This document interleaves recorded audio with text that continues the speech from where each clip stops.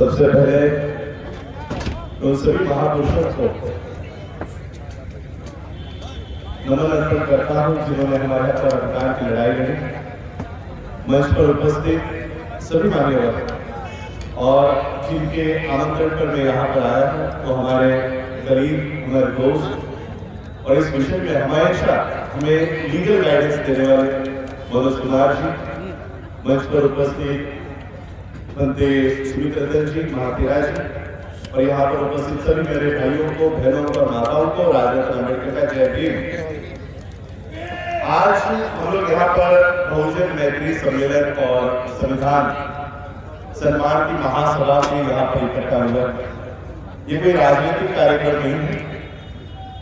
बाबा साहब अम्बेडकर जी ने दिए हुए संविधान को आने वाले समय में कैसे बचाया जाए और बहुजनों में कैसे मैत्री कायम की जाए, उसके लिए ये महासम्मेलन का आयोजन किया गया है।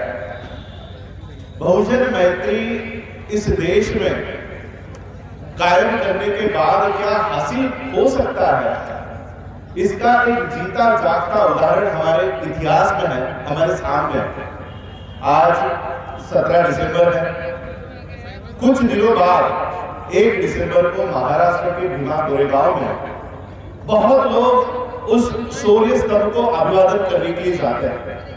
पूरी दुनिया, सिर्फ भारत ही नहीं, पूरी दुनिया इस शौर्य दिवस को मनाती है। ये कौन सा दिन है और यहाँ उस दिन क्या हुआ था, ये हमारे लिए जानना बहुत जरूरी है। उस समय पेशवाओं का राज इस देश पर, महाराष्ट्र पर हुआ करता था और पेशवाओं ने उस समय बहुत ही अमानवीय कृति, बहुत ही अमानवीय हालत इस देश के अछूत समझने वाली जातियों की करके रखी हुई थी। रास्तों के ऊपर घूमने तक का अधिकार उनसे छीन लिया गया था। गले में हाथी और पीठ पे झाड़ू इस देश में लोगों के ऊपर जिन्होंने लाया, वो पेशवा, इस देश के पेशवा थे। और जब ब्रिटिशरों ने इनके ऊपर युद्ध की घोषणा की, तब उस समय ये जो अछूत समझने वाली जातियां थी, ये उस समय उनके खिलाफ युद्ध करने के लिए खड़ी हो गई। लेकिन क्योंकि दोनों भी भारत के लोग हैं, तो ये अछूत समझने वाली जो जातियां थी, उनके जो लीडर थे, नेतृत्व करने वाले लोग थे, सिद्धनाथ मालना, ये सबसे पहले पेशवाओं को जाकर मिले और पेशवाओं से उन्होंने विनती की कि हम आपके खिलाफ लड़ना नहीं चाहते, हम ब्रिटिशरों की तरफ से आपके खिलाफ युद्ध में शामिल नहीं होना चाहते, लेकिन अगर आप हमें मानव होने का अधिकार दे दें, हमारे ऊपर जो निर्भर आप लोगों ने लाया है, ये अगर हटा दें, इंसान होने की अगर आप हमें वो अधिकार दे दे, तो हम आपके खिलाफ युद्ध में खड़े नहीं होंगे। और उस समय पेशवाओं ने इन लोगों से जवाब में कहा कि हम आपको सुई के नोक के ऊपर बैठे इतने भी अधिकार आपको नहीं देने वाले, हम इतने भी अधिकार आपको नहीं देने वाले। और उस समय इन्होंने तय किया कि हम पेशवाओं के खिलाफ युद्ध करेंगे। 30,000 पेशवाओं के खिलाफ, 30,000 पेशवाओं के खिलाफ सिर्फ 500 अछूत समझने वाली जातियों के लोगों ने हिस्सा लिया। और जब सिद्धनाथ ने ये घोषणा की कि हम पेशवाओं के खिलाफ युद्ध लड़ेंगे, उन 30,000 पेशवाओं में से 2,000 पेशवा वहीं पर भाग कर पीछे हट गए कि अगर सिद्धनाथ भी लड़ाई लड़ रहा है तो हमें छोड़ेगा नहीं, और इसलिए हम इस युद्ध में भाग नहीं लेंगे। इसलिए 2,000 पेशवा भाग गए। अब 28,000 पेशवा, और वो भी घोड़े पर सवार पेशवा, हथियार रखे हुए पेशवा, और यहाँ पर सिर्फ 500 जो योद्धा थे, उनके पैर में जूते तक नहीं थे। ऐसे लोगों में युद्ध छिड़ा और 31 दिसंबर 1817 के रात को ये युद्ध का प्रारंभ हुआ।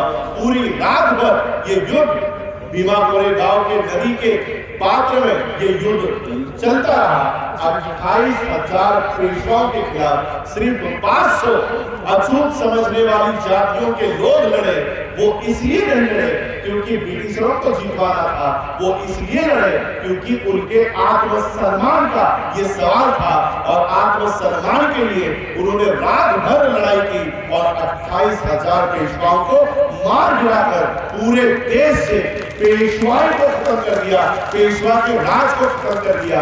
ये उदाहरण है कि इस देश में SC, ST, OBC के लोग अगर इकट्ठा हो जाए, अपनी अपनी जातियों को आत्मसम्मान हासिल करने के लिए इकट्ठा हो जाए, तो 28,000 पेशवाओं को घोड़े पर, हाथी पर, तलवार लेकर पेशवा जो थे उनको भी हम हरा सकते हैं। ये उदाहरण है हमारे 1 जनवरी 1818 का जो इतिहास है, भीमा कोरेगांव का इतिहास है, ये हमारे सामने जीता जागता इतिहास है कि अगर हम इकट्ठा हो जाए तो हम पेशवाओं का राज इस देश से खत्म कर सकते हैं। आज भी हम लोगों को इकट्ठा होने की जरूरत है। आज भी हम लोगों को प्रशासन से बाहर निकाल दिया गया है, आज भी मीडिया से बाहर निकाल दिया गया है, जुडिशरी से बाहर निकाल दिया गया है। आज भी एक अघोषित पेशवा राज इस देश में कायम हो चुका है। इस पेशवा राज को अगर खत्म करना है तो इस देश के SC, ST, OBC और माइनॉरिटी मुस्लिम्स को इकट्ठा होना होगा। जब तक ये इकट्ठा नहीं होते तब तक मोदी जैसा, योगी जैसा पेशवा इस देश से खत्म नहीं हो सकता और इसलिए आप लोगों को इकट्ठा होना होगा। बाबा साहब अम्बेडकर आपको जाते जाते एक बहुत बड़ी ताकत देकर गए। ये जो हवा में उड़ने वाले लोग हैं आज इस देश में, कल उस देश में, ये आपके पैर धोने के लिए मजबूर हो जाते हैं। क्यों? क्योंकि बाबा साहब आपको आपके हाथ में वोट की ताकत देकर गए। इस वोट के ताकत का सही इस्तेमाल करना सीखो। जिस दिन आप इस वोट के ताकत का सही इस्तेमाल करना सीख गए, ये मोदी, योगी जैसे लोग संसद में और विधानसभा में कभी पहुंच नहीं पाएंगे। आपका सच्चा प्रतिनिधि आपके लिए वहां पर बैठकर आपके लिए लड़ेगा।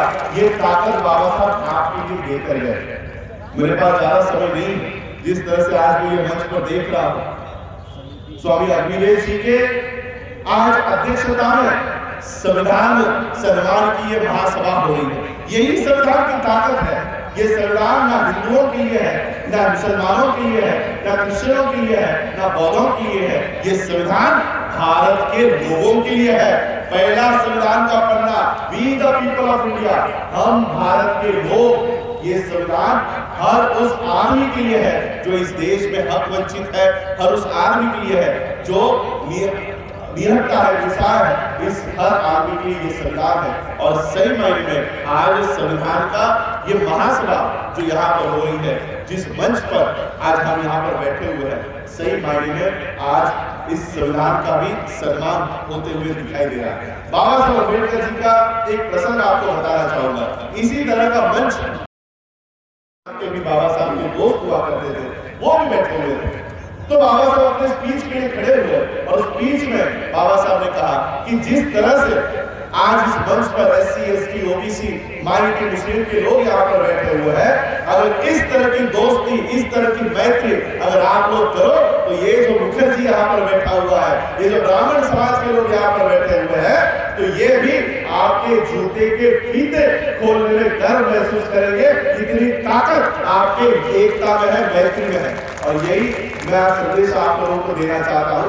SC, ST, OBC, minority, Muslims, Christians, ये सभी लोग इकट्ठा होकर अगर बाबा साहब ने दिए हुए संविधान को बचाने के लिए आगे आते हैं और बहुजनों में मैत्री कायम करते हैं, तो इस देश का संविधान बचाने की जो मुहिम आज पूरे देश भर में और माननीय राजेंद्र गौतम जी हो, माननीय मनोज कुमार जी हो, इनकी जो मूवमेंट चल रही है, मिशन चल रहा है, इसमें हम कामयाब हो पाएंगे। सिर्फ आप लोगों का साथ इन सब मूवमेंट को आप लोगों को देना होगा।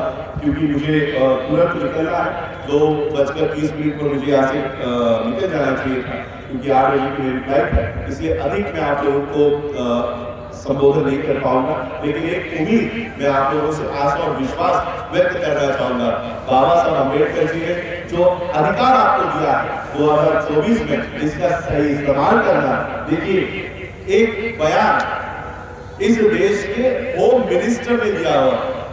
होम मिनिस्टर, गृह मंत्री, जिसकी जिम्मेदारी होती है कि भारत के हर नागरिक की सुरक्षा करना उनकी कर्तव्य है, उनकी जिम्मेदारी है।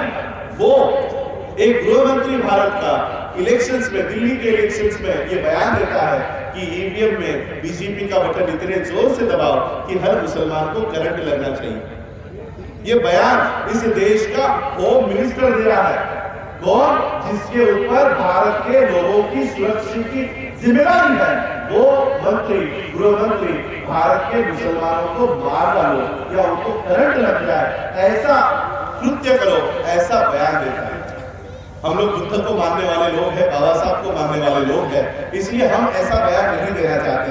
लेकिन एक बात मैं जरूर बताना चाहूंगा, इस 2024 में बीजेपी को हराने की ताकत रखने वाले हर उस कैंडिडेट का बटन इतने जोर से दबाओ कि अमित शाह को मेंटल करंट जरूर लगना चाहिए कि ये क्या हो गया। ये बीजेपी को सत्ता से देखो, क्योंकि धीरे धीरे ये भारत के संविधान को हटाकर राजदंड, जिसे सेंगोल के नाम से इस देश में बुलाया जा रहा है, आप संविधान के दायरे में काम नहीं होगा, काम किससे होगा? राजदंड से होगा। अब राजा का राजदंड भारत में आ चुका है और संसद में ब्राह्मणों द्वारा उसको प्रस्तावित कर दिया गया है। आने वाले 2024 के बाद भारत में भारत का संविधान नहीं तो इस राजदंड के माध्यम से काम होगा। इस राजदंड को फिर से उनके सर पर मारकर संसद से बाहर निकालने की जिम्मेदारी भारत के हर नागरिक की है, भारत के हर धर्म के लोगों की है, और इसको फिर से संसद से बाहर निकालने का काम भी हम लोगों को करना होगा। यही आशा और विश्वास में भारत के लोगों से व्यक्त करता हूँ कि आने वाले समय में वो अपने वोट के अधिकार का सही इस्तेमाल करें। मैं तो यही चाहता हूँ, मुझे अभी पता नहीं है कि ये राजनीतिक कार्यक्रम है या नहीं है, लेकिन अगर तहे दिल से ये राजनीति में इसका रूपांतर होता है तो मुझे खुशी होगी कि मनोज कुमार जैसे जज अगर इस प्रांत के कैंडिडेट के माध्यम से आप लोगों के सामने आते हैं तो बहुत इस प्रांत के लोगों के लिए ये एक अच्छी घटना होगी। मैं मनोज कुमार जी को भी एक बाबा साहब का किस्सा बताना चाहता हूँ कि मैंने अभी सुना कि वो अपनी जज का भी इस्तीफा देने के लिए तैयार हो गए, जज पद का इस्तीफा दे रहे हैं। बाबा साहब अम्बेडकर जी को जज पद की, जज पोस्ट की अपॉइंटमेंट आई, सिलेक्शन हुआ। बाबा साहब अम्बेडकर जी का एक स्पीच है, बाबा साहब कहते हैं ये मुसीबत कौन अपने घर में पाल के लेगा।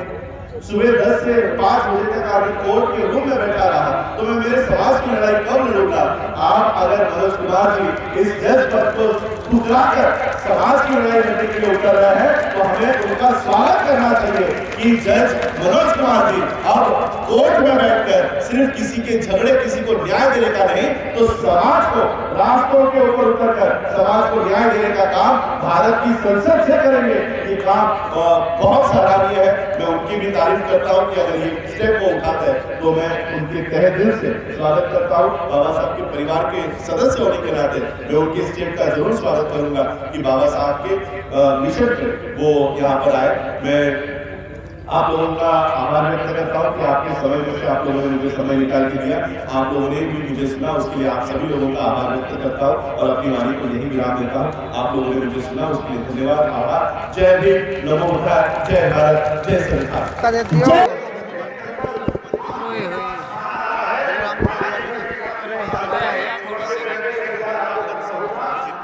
भैया थोड़ा हटाओ मोबाइल अपने हाथ। इकट्ठा होना होगा, बहुजनों को आपस में मैत्री करनी होगी। एससी, एसटी, ओबीसी, मुस्लिम्स, हम लोगों को इकट्ठा होकर और अपने वोट का बंटवारा न करते हुए जो प्रॉपर बाबा साहब अम्बेडकर जी को फॉलो करने वाले लोग हैं, अम्बेडकराइट लोग हैं, चाहे वो किसी भी धर्म के हो, किसी भी धर्म को फॉलो करने वाले लोग हो, लेकिन संविधान को अगर पहले पायदान पे रखते हैं, पहले प्रेफरेंस में रखते हैं, ऐसे लोगों को संसद में भेजना। समाज चाहता है कि नेता एक हो, लेकिन नेताओं की महत्वाकांक्षा एक नहीं होने दे रही उनको। नेता अगर एक नहीं हो रहे तो भारत की जनता को एक होकर जो कैंडिडेट बीजेपी को हरा सकता है उसके पीछे खड़ा होगा। Thank you. संविधान के अंदर साहब आपने